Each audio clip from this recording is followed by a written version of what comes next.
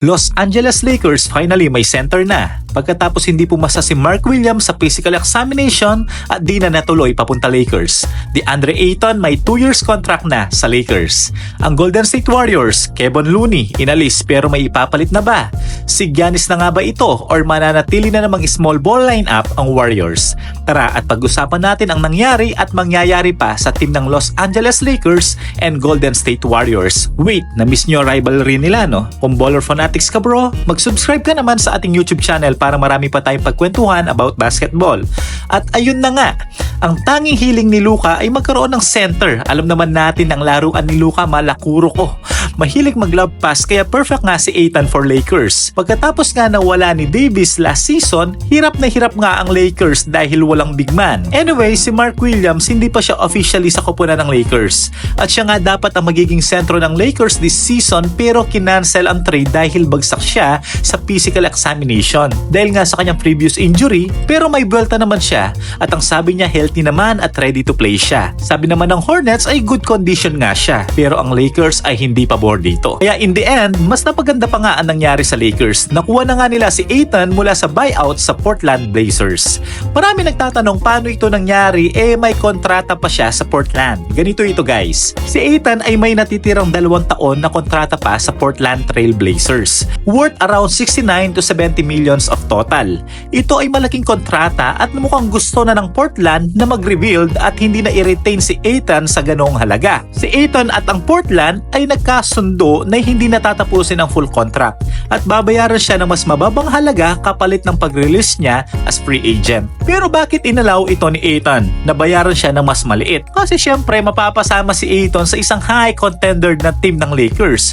Sino ba naman ayaw dyan, diba? Ikaw, gusto mo bang mapunta sa Wizard? Joke lang.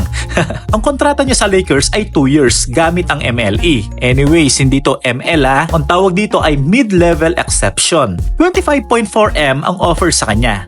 So every year around 12 million. Sa first year niya maglalaro sa Lakers, pero sa second year niya sa Lakers, pwede siyang lumipat, parang free agent siya. Nasa kanya kung mag-i-stay pa siya or hindi. Ang tawag dyan ay mid-level exception. Kung may natutunan ka, subscribe ka naman. Alam mo bang panalo ang Lakers dahil nakuha nila si Ayton kesa kay Mark Williams? Base sa kanilang mga stats, makikita naman natin na lamang si Ayton.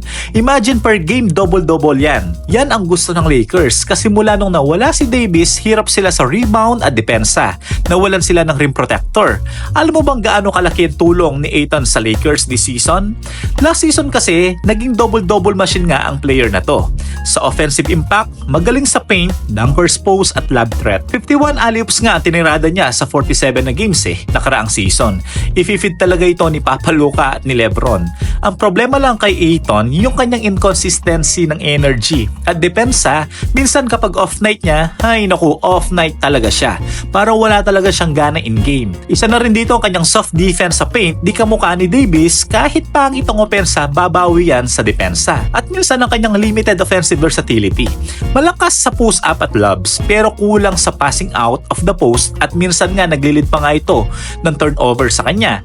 At sa kanyang outside shooting, di siya consistent sa mid-range at lalo na sa tres. Hindi mo rin siya maasahan na mag-create ng sarili niyang tira kapag tight ang depensa. Na-miss niyo si Davis dito, no? Pero okay lang yan. Nawala man si Davis, nandyan naman si Luka at Lebron para mag-create ng play and space para sa kanya. Sa Golden State Warriors naman, Kevon Looney na nakasama nila sa 3-time championship nasa Pelicans na.